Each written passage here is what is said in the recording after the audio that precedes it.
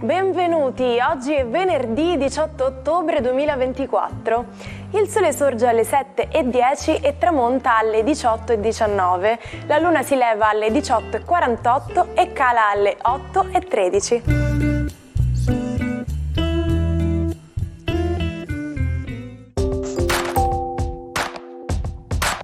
Il santo di oggi è San Luca Evangelista.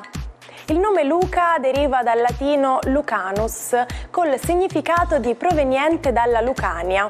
Altre fonti rimandano l'origine al latino lux, che vuol dire luce. Ogni anno il 18 ottobre si celebra la giornata mondiale dello squash. Lo squash è uno sport spesso valutato simile al tennis, ma si svolge in un ambiente completamente diverso. Con 4 pareti che fanno gioco, richiede il doppio dell'impegno fisico, poiché la pallina, battuta con la racchetta contro una o più pareti del campo, rimbalza meno che nel tennis e richiede incessantemente velocità di movimento. Uno sport che ha radici antiche e che oggi conta numerosi appassionati in tutto il mondo. La giornata mondiale dello squash è stata istituita nel 2014 in memoria di Derek Sward, un atleta scozzese deceduto nell'attentato alle Torri Gemelle dell'11 settembre 2001. Tra i personaggi famosi nati oggi c'è l'attore americano Zac Efron, che compie 37 anni. Nato in California, secondo il Rolling Stone è stato il ragazzo che ha più tappezzato le camere delle adolescenti, grazie al personaggio di Troy Bolton nel film Disney High School Musical. Ha preso parte a film come Hairspray, versione cinematografica dell'omonimo musical di Broadway, in cui recita accanto a John Travolta, e Baywatch, ispirato alla serie televisiva degli anni 90. Il suo ultimo film è A Family Affair del 2024. Buon compleanno al conduttore Alvin, che oggi festeggia 47 anni e il cui vero nome è Alberto Bonato. Debutta in TV nel 98 ed è uno dei più giovani presentatori di Disney Channel. Nell'ambiente musicale è conosciuto come producer, compositore e cantante. Speaker per Radio Italia e Radio 101, nel 2002 intervista cantanti internazionali grazie allo storico Top of the Pops. È stato co-conduttore di Verissimo al fianco della collega Silvia Toffanin.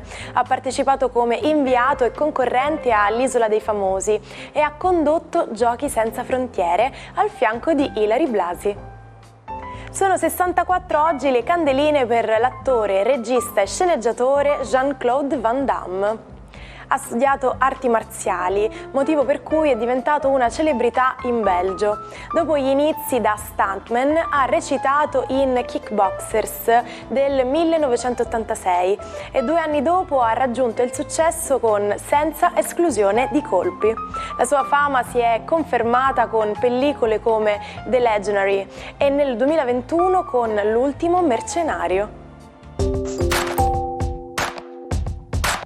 Il 18 ottobre 1886 Edmondo De Amicis pubblica il libro Cuore.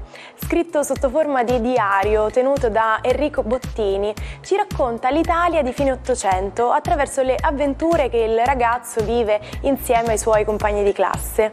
Alcuni personaggi sono diventati celebri, come la maestrina dalla penna rossa e il perfido Franti.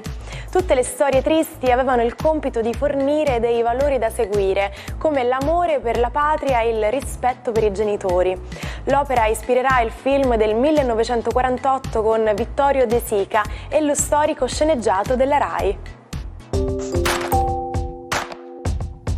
Ma che si intende per vantaggio meccanico? Tutte le macchine applicano il principio del vantaggio meccanico, che è una misura dell'amplificazione della forza. Significa che è possibile trasformare un movimento grande in uno più piccolo, ma con potenza maggiore. Per esempio, aprendo con una leva il coperchio di un barattolo di vernice. Ma può anche funzionare al contrario, come quando un pescatore applica una forza all'estremità più grossa della canna da pesca per far percorrere un ampio arco alla punta. Un movimento maggiore l'amore comporta una potenza minore e viceversa.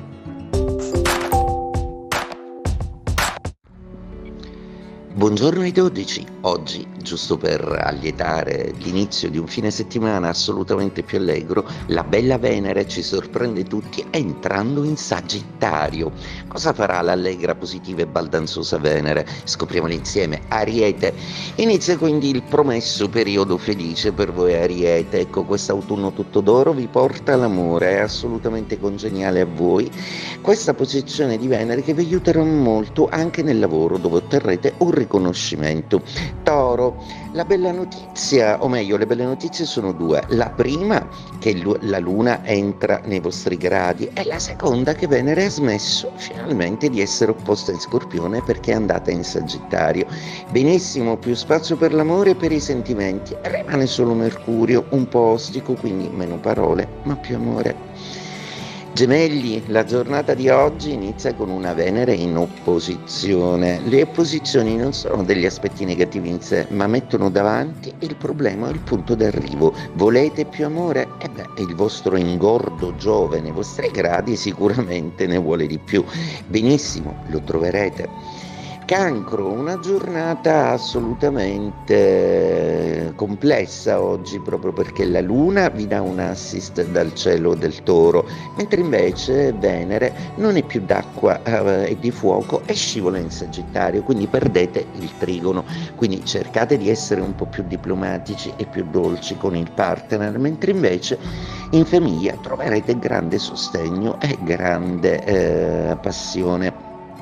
Leone, la giornata di oggi si apre con una bellissima notizia: Venere è finalmente in trigono e in ultimo e sentite molto meglio, ed ecco che il pianeta della piccola fortuna vi aiuterà tantissimo in tante cose da fare che hanno a che fare col lavoro, con l'immagine di voi stessi, ma soprattutto con l'amore che finalmente non ha più nere nubi che si addensano o dubbi che vi rovellano.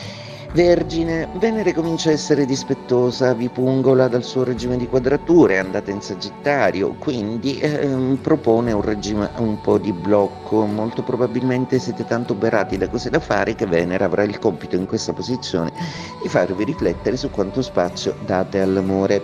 Bilancia, la vostra bella Venere, il vostro pianeta, è nei fuochi caldi e affettuosi del Sagittario e anche nella vostra terza ideale casa, quella della comunicazione, quella che vi rimette di nuovo in pista in società, e quindi amici nuovi, persone nuove, amore nuovi e incontri che vi faranno sognare. Scorpione, Venere vi abbandona. Non per questo sparisce dal cielo, anzi si mette in una condizione molto più tangibile e visibile, ovvero un segno dopo di voi. Quando questo accade, tutto quello che il pianeta va dato passando per i vostri gradi si fa concreto, si fa reale, quindi l'amore diventa non un pensiero, non un sentimento, o non solo un sentimento, ma qualcosa di oggettivo da vivere e da portare con voi.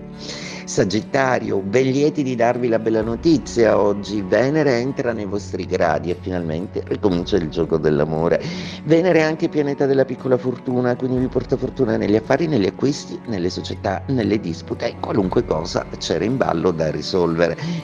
Godetevi questo periodo. Capricorno, Venere si nasconde un po' per voi, diventa emotiva e si mette nel segno prima del vostro. Quando questo accade, tutti i pianeti diventano un po' più profondi, più emotivi e si agitano in fondo al vostro animo, magari riecheggiando amori passati nel caso di Venere, magari facendovi pensare alla costruzione del futuro che prevede sicurezza per l'amore. Acquario, una bella Venere finalmente, una Venere amica che vi fa riprendere tanti rapporti sociali, che vi fa brillare in società, tra gli amici, nei gruppi, assolutamente la vostra dimensione, e poi vi toglierete un po' quell'aria da non ne voglio sapere, che a volte è veramente un po' fastidiosa nel vostro caso, diciamolo pure. Pesci, giornata oggi che vi fa perdere il trigono della bella Venere e anzi la mette in un regime di quadratura. La profondità del vostro segno esige con questa configurazione di dare amore a chi realmente lo sa custodire e lo sa rispettare. Per voi questa riflessione sarà importante e vi accompagnerà per tutto il transito di Venere nel Sagittario. il 18 ottobre 1975 nasce ufficialmente il FAI, Fondo per l'Ambiente Italiano, una fondazione privata con lo scopo di tutelare e valorizzare il patrimonio artistico e naturale italiano attraverso il restauro e l'apertura al pubblico dei beni storici, artistici, naturalistici ricevuti per donazione o eredità. L'espressione inglese out on a limb sembrerebbe simile al nostro trovarsi in un limbo, ma in realtà significa fare qualcosa di rischioso o di estremo, che finisce per metterci in una posizione di debolezza. Insomma, trovarsi in una situazione difficile sentendosi un po' appesi al filo.